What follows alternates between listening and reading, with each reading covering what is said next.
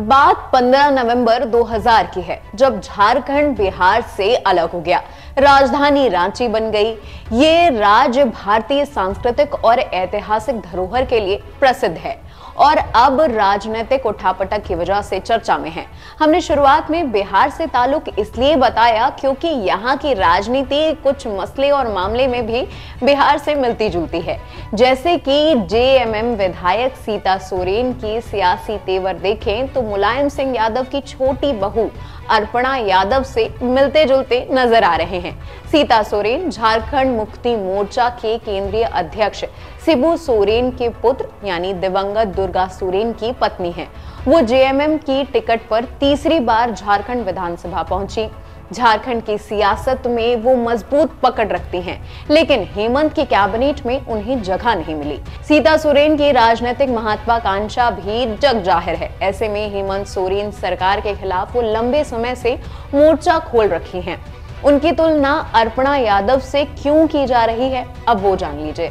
अर्पणा यादव मुलायम सिंह यादव के छोटे बेटे अक्षय यादव की पत्नी है। मुलायम सिंह यादव के सियासी वारिस अखिलेश यादव बने तो अर्पणा यादव भी खुद को सियासत में स्थापित करना चाहा।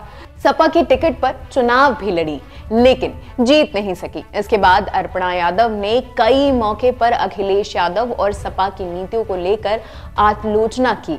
सपा से खास तवज्जो ना मिलने के चलते 2022 के विधानसभा चुनाव से ठीक पहले अर्पणा यादव ने सपा छोड़कर बीजेपी का दामन थाम लिया।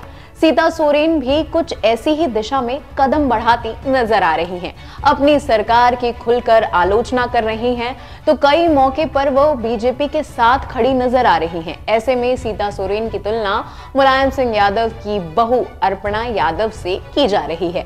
सीता सोरेन ने अपनी ही सरकार के अधिकारी के कामकाज और रवैये पर सवाल उठाया है। मंगलवार को उन्होंने आरोप लगाया कि धनबाद के वरीय पुलिस अधीक्षक कोयले का अवैध खनन और परिवहन कर रहे हैं। इससे प्रतिदिन करोड़ों रुपए का राजस्व का नुकसान हो रहा है। सीता सोरेन के मुताबिक धनबाद के वरीय पुलिस अधीक्षक की मौन सहमति और अप्रत्यक्ष रूप से समर्थन के कारण अवैध खनन किया जा रहा है। सीता सोरेन ने इस मामले में केंद्रीय गृह मंत्रालय, सीएम हेमंत सोरेन, ईडी और सीआईएसएफ मुख्यालय से कार्रवाई की मांग की है। सीता सोरेन राज्य के कोयले के अवैध खनन को लेकर विधानसभा से लेकर सड़क तक आवाज उठाती रही हैं। सीता सोरेन ने पिछले दिनों चतरा में एक क्षेत्रीय गैर कानूनी तरीके से हो रहे मतलब वन भूमि में हो रहे अतिक्रमण को लेकर भी आवाज उठाया था और ये मुद्दा विधानसभा में भी चर्चा का विषय बना था। इस संबंध में राजभवन जाकर वो राज्यपाल से शिकायत कर चुकी हैं और राष्ट्रपति, प्रधानमंत्री और केंद्रीय गृह मंत्रालय से कार्रवाई की भी मांग की है।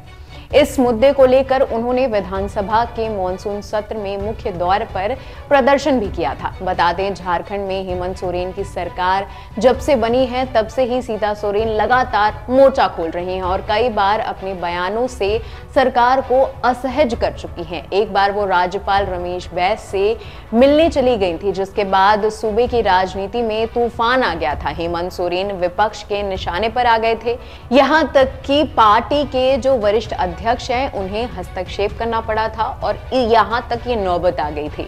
झारखंड की राजनीति में ऐसा माना जाता है कि सीता सोरेन और हेमंत सोरेन के बीच सियासी वर्चस्व का टकराव है। सीता सोरेन राजनीति में अपने पति की मौत के बाद आई हैं। सीता सोरेन के पति दुर्गा सोरेन एक समय झारखंड मुक्ति मोर्चा के कद्दावर नेता माने जाते थे। अध्यक्ष शिबू सोरेन झारखंड की राजनीति में अपने बड़े बेटे दुर्गा के उत्तराधिकारी के रूप में उन्हें करने में लगे थे। इसी बीच 29 साल की उम्र में 21 मई 2009 को दुर्गा सोरेन की बाकारो अस्पताल में मृत्यु हो गई थी। दुर्गा सोरेन के निधन के बाद शिबू सोरेन ने अपना मांझा हेमंत सोरेन को यानी अपना उत्तराधिकारी हेमंत सोरेन को बनाया और उन्हें आगे बढ़ाना शुरू किया। तो सीता सोरेन भी राजनीति में आई।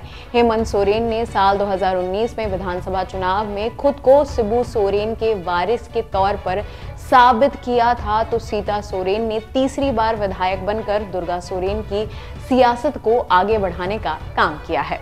और भी ऐसी खबरों के लिए जुड़े रहें एनवीटी ऑनलाइन के साथ।